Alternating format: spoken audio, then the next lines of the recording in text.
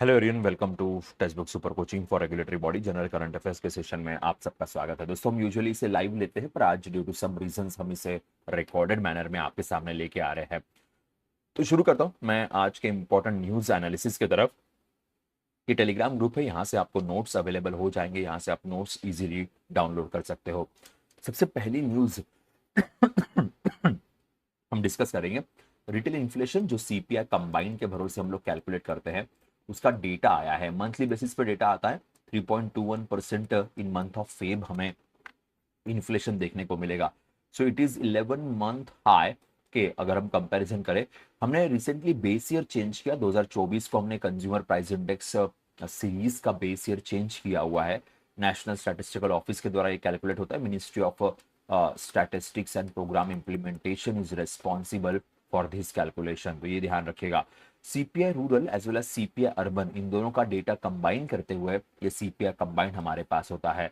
अगर आप यहाँ पे देखोगे, ट्रांसपोर्टेशन लेवल का जो इन्फ्लेशन है वो -0.05 पे आपको दिखाई देगा। सबसे ज्यादा personal care, social protection and miscellaneous goods का इन्फ्लेशन इंक्रीज हुआ है। सो मंथली बेसिस पे डेटा यूजुअली प्रेजेंट किया जाता है। एक न्यूज हमारे लिए बड़ी काम की है। यूनाइटेड नेशन सिक्योरिटी काउंसिल का एक रिजोल्यूशन पास हुआ, जिस रिजोल्यूशन में ईरान के अगेंस्ट इंडिया को स्पॉन्सर बना है। अब ईरान के अगेंस्ट का मतलब बेसिकली क्या है, तो गल्फ कोऑपरेशन काउंसिल की कंट्रीज ने एक रिजोल्यूशन पास किया था that Iran should stop the attack on them. अब ये गल्फ कोऑपरेशन काउंसिल में कौन आता है, तो इसमें हम बात करेंगे बहरीन की, Kuwait, Oman, Qatar, Saudi Arabia and UAE. This countries are the part, sorry Jordan, this countries are the part of the gulf cooperation council. अब हुआ ऐसा कि Iran is attacking on this countries also. So इन पे attack ना हो या इनके ऊपर अटैक ना किया जाए ताकि सिविलियंस की सेफ्टी हैम्पर हो जाए, इसीलिए इंडिया ने इसमें को स्पॉन्सरशिप है। सो डायरेक्टली ईरान के अगेंस्ट वाला सीन नहीं है, but the attack on the common innocent people on this gulf cooperation council countries, इसके लिए इस रिजोल्यूशन में इंडिया इनके सपोर्ट में है। इस रिजोल्यूशन के अंदर रशिया और चाइना जो है वो एब्सटेन रहा है, इन्होंने इसके फेवर में वोट नहीं किया हुआ है, ये ध्यान रखिएगा। अब यूनाइटेड नेशन सिक्योरिटी काउंसिल के अंदर टोटल 15 देश आते हैं, उसमें से 5 जो है वो परमानेंट कंट्रीज है और 10 जो है वो नॉन परमानेंट कंट्रीज है। 5 परमानेंट कंट्रीज के अंदर यूएसए, यूके, इसके अलावा फ्रांस, रशिया और चाइना की बात की जाएगी। तो रशिया और चाइना यहाँ से अगर अब्सटेंट रहा तो ये इम्प्लीमेंटेशन सही तरीके से इसका नहीं होगा। बाकी 10 नॉन परमानेंट कंट्रीज है जो 2-2 साल के हिसाब से यहाँ पे इम्प्लीमेंट की जाती है। न्यूज जरूरी है, no doubt about that, the question can be asked. Next news की तरफ आते हैं। ISRO and AIIMS sign MOU for space medicine and research. Space medicine and research के बारे में लास्ट टाइम बजट के अंदर भी डिस्कशन होता है, उसके पहले भी बात हुई थी। तो फाइनली इसरो और एम्स ने ये एग्रीमेंट साइन किया ताकि स्पेस मेडिसिन के ऊपर हम रिसर्च कर सके। दैट्स इट, बाकी तो इतना ज्यादा और इंपॉर्टेंट नहीं रहेगा, इतना इनफ है एग्जाम के लिए। अब आते हैं बाकी न्यूज की तरफ। बाकी न्यूज में हम फाइनेंस मैनेजमेंट की कुछ न्यूज कवर करेंगे, then social and economic social angle की कुछ न्यूज आपके लिए कवर की जाएगी, उसके बाद पॉलिटी एंड गवर्नेंस का एंड देन जनरल जो है जिसमें स्पोर्ट्स या मिसलेनियस चीजें आती है वो डिस्कस की जाएगी।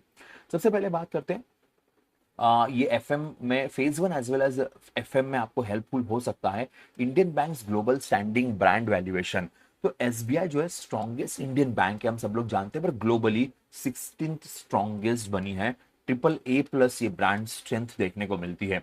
वही एचडीएफसी की बात करेंगे तो 12.4 most valuable Indian banking brand के वैल्यूएबल है, ये स्ट्रॉन्गेस्ट है, वैल्यूएबल है, per year on year growth 7% का डिक्लाइन देखने को मिला है कि। और आईसीआईसीआई बैंक की बात करेंगे तो 5.5 बिलियन स्ट्रॉन्गेस्ट ग्रोथ ट्रेजेक्टरी इसकी देखने को मिल रही है। ये तीनों बैंक हमारे देश की डीएसआईबी है, हम सब लोग जानते हैं, डोमेस्टिक सिस्टमेटिकली इंपॉर्टेंट बैंक है, पर ग्लोबल लेवल पे कौन कहां पे स्टैंड करता है तो इसकी बात की जाएगी। तो आईसीआईसीआई 76 नंबर पे दिखाई दे रहा है, एसबीआई 16th नंबर पे दिखाई दे रहा है, और 2 प्राइवेट एंड एक गवर्नमेंट बैंक यहाँ पे है।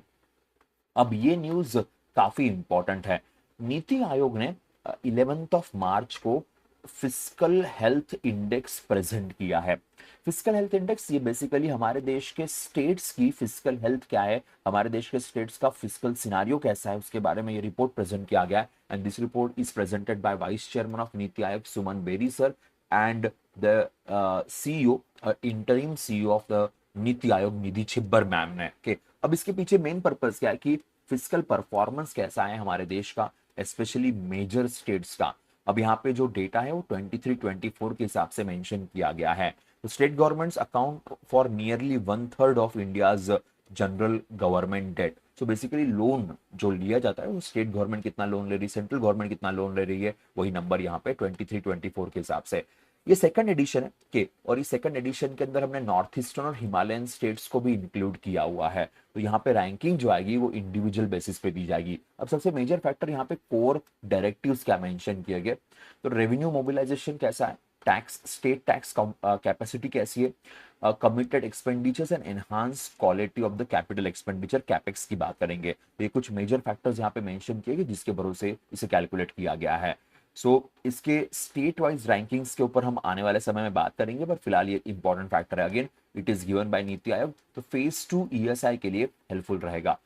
Now national highway authority of India digital integration system की बात करेंगे।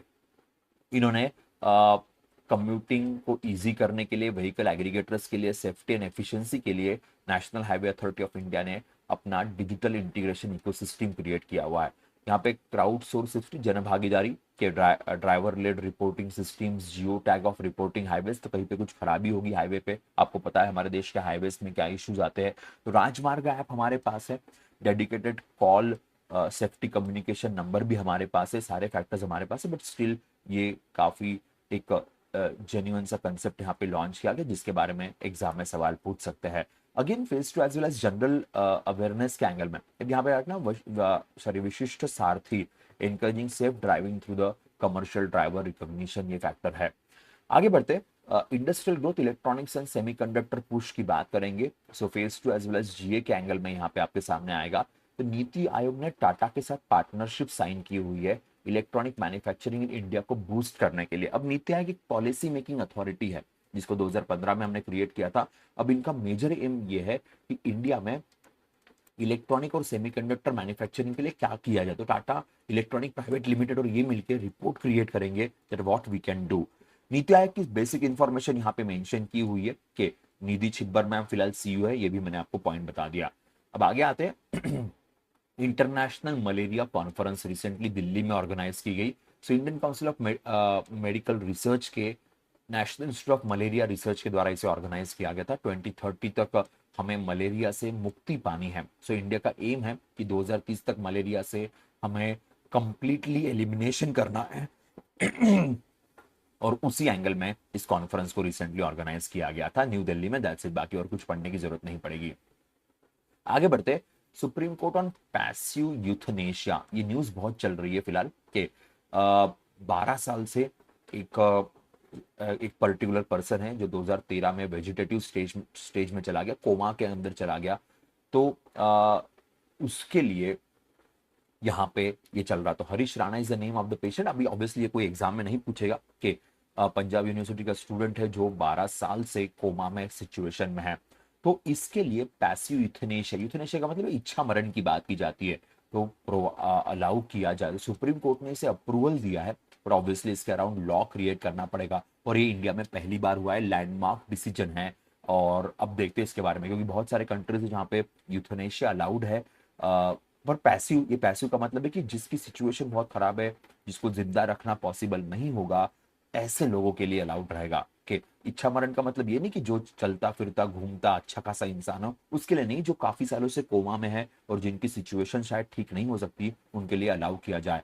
अब ये पार्लियामेंट के हाथ में रहेगा कि parliament should make some laws around this. Now euthanasia की बात करें, जैसे मैंने कहा Harish Rana suffer severe fall के, और तब से ये सिचुएशन है। इसके पहले फंडामेंटल राइट्स आर्टिकल नंबर 21 के अंदर right to die with dignity, इसके बारे में डिस्कशंस किए गए थे, और उसी के ऊपर ये जजमेंट अभी आया है। तो इतना इनफ रहेगा। बाकी आगे बढ़ते, इंटरनेशनल एनर्जी जियोपॉलिटिक्स आईए emergency oil reserves. International energy agency 1974 में क्रिएट किया गया, पेरिस में हेडक्वार्टर, 32 मेंबर कंट्रीज इसके अंदर आती है, India is one of the member.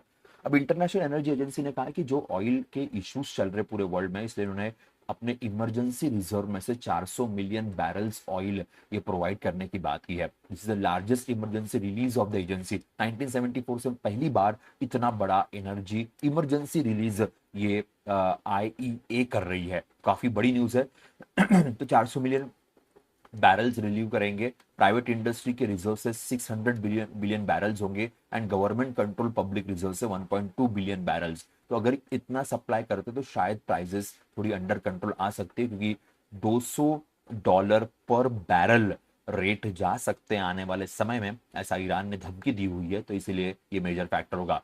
तो ये आईए को लेके स्टैटिक इंफॉर्मेशन आपके एग्जाम में आ सकती है। आगे बढ़ते ईरान की बात करेंगे। ईरान के सुप्रीम लीडर का अनाउंसमेंट किया गया। सबको वैसे पता था कि अयतुल्ला खमेनी साहब के बाद उनके बेटे यहाँ पे सुप्रीम लीडर बनेंगे। सो मोजताबा खमेनी के become the third supreme leader of the Iran. बाकी और कुछ देखने की जरूरत नहीं। Iran Tehran is the capital, rial is the currency of this country.